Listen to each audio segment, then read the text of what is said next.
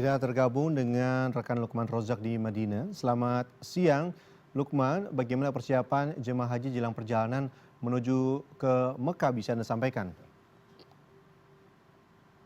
Baik, selamat siang Beni Darmawan dan pemirsa Indonesia. Bisa kami sampaikan bahwa hari ini pergeseran jamaah haji Indonesia yang berada di Madinah ke kota suci Mekah masih terus berlangsung. Hingga Kamis malam jumlah jamaah haji yang sudah tiba di Mekah itu sejumlah kurang lebih 753 jamaah. Mereka langsung disambut oleh syarikah dan para petugas haji untuk selanjutnya ditempatkan di hotel tempat menginap mereka masing-masing. Selanjutnya, Beni, hari ini adalah hari Jumat kedua gelombang kedatangan jemaah haji Indonesia, dan jemaah haji Indonesia saat ini tengah bersiap untuk melaksanakan sholat Jumat di Masjid Nabawi. Mereka sekaligus ingin atau melakukan ibadah arba'in atau sholat 40 waktu berturut-turut di Masjid Nabawi. Dan Beni, perlu kami sampaikan hal penting yang wajib diketahui oleh jamaah haji Indonesia, baik yang sudah berada di Tanah Suci maupun yang akan berangkat dari Indonesia. Pertama adalah pemerintah Arab Saudi saat ini tengah memberlakukan pengamanan ketat, pengecekan terhadap praktek-praktek haji ilegal. Jadi slogan pemerintah Arab Saudi yakni no permit no hajj atau la tasyrik la hajj itu benar-benar diterapkan bahwa tidak ada haji tanpa ada izin. Tidak ada la tasyrik, tidak ada haji tanpa izin, atau no permit, tidak ada perizinan dan tidak ada haji. Itu slogan yang saat ini tengah gencar digaungkan oleh pemerintah Arab Saudi. Oleh sebab itu, teman-teman atau saudara-saudara kita yang saat ini sedang berada di Tanah Suci untuk selalu membekali diri dengan kelengkapan dokumen, diantaranya visa, paspor, dan kartu nusuk. Jika sewaktu-waktu pihak askar atau kepolisian dari Arab Saudi melakukan pemeriksaan, langsung ditujukan dan insya Allah nanti tidak akan diizinkan dan tidak akan ada masalah. Namun ketika para jamaah lupa bawa paspor, lupa bawa visa atau kartu nusuk, maka ini tentu akan mengganggu aktivitas ibadah selama di kota suci Makkah dan Madinah. Pemerintah Arab Saudi juga terus melakukan pengecekan di pintu-pintu masuk dan melakukan patroli di area-area terlarang seperti di Masjidil Haram dan area Masjid Nabawi. Beberapa larangan diantaranya adalah melakukan live streaming atau siaran langsung di media sosial karena ini dianggap sebagai pelanggaran yang bisa berbuntut kasus hukum.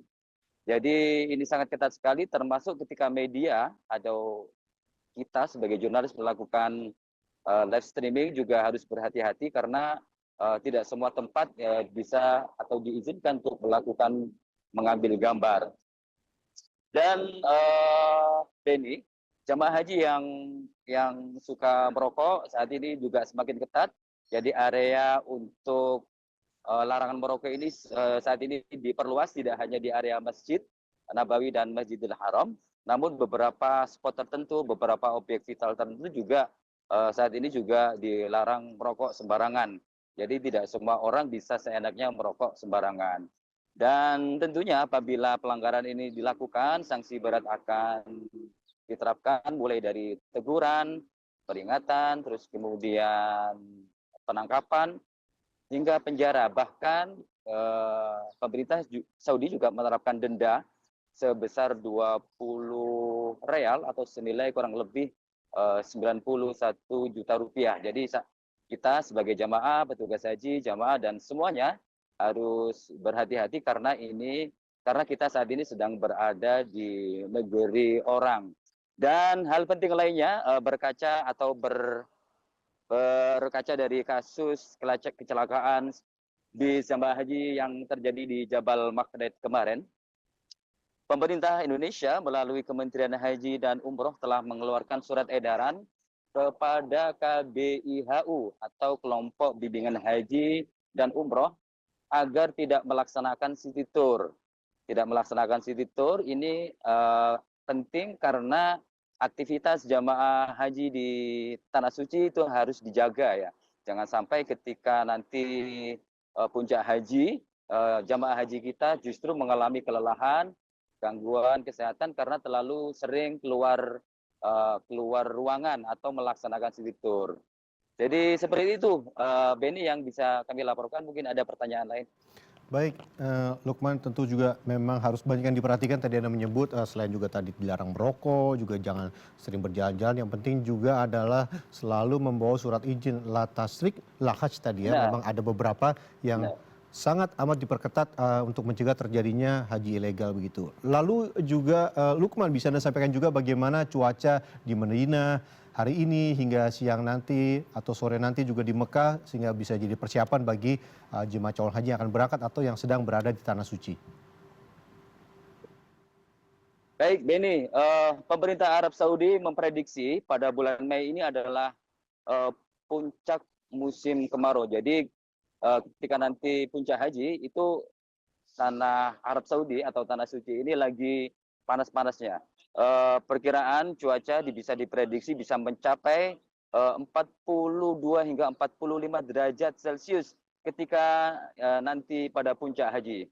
Oleh karena itu, petugas haji, panitia penyelenggara haji Indonesia menghimbau kepada para jamaah agar tetap menjaga kesehatan, tetap berolahraga, menjaga pola makan, pola tidur, dan istirahat yang cukup agar nanti ketika puncak haji tiba, tubuh kita fit, bisa melaksanakan inti dari haji. Karena haji sendiri itu adalah al-hajju Arafah. Jadi haji itu adalah di Arafah.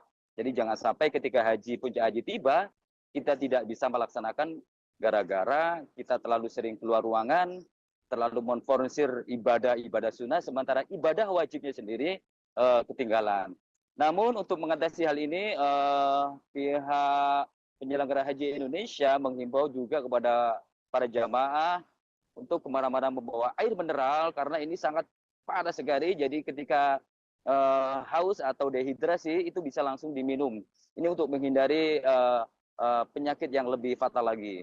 Terus kemudian kemana-mana harus membawa payung ya, karena saat ini memang panas sangat terik, Benny. Membawa payung, terus kemudian jangan lupa membawa obat-obatan. Dan kemarin alhamdulillah Wakil Presiden Republik Indonesia Gibran Rakabuming Raka juga memberikan bantuan paket obat-obatan di Surabaya. Hal ini tentunya untuk memberikan rasa aman dan nyaman bagi jamaah, terutama para lansia dan para jamaah haji yang mengidap komorbid atau kelompok kesehatan yang beresiko tinggi. Tentunya ini sangat membantu untuk menjaga vitalitas, menjaga kesehatan, agar jamaah haji tetap bisa beraktivitas ketika nanti beribadah di dua tanah suci, di kota Mekah dan kota Madinah. Baik, Lukman, mendekati puncak musim haji juga mendekati puncak musim kemarau tadi pemerintah Arab Saudi menyebut, dan pemerintah warga juga diminta hati-hati juga tentunya menjaga kesehatan dan terutama jangan jalan-jalan karena yang terpenting adalah beribadah, terutama beribadah nanti adalah Al-Hajju Al-Arafah, beribadah di puncaknya adalah di Arafah begitu. Terima kasih banyak Lukman Rozak atas laporan Anda. Selamat beribadah, selamat pagi waktu Arab Saudi. Terima kasih.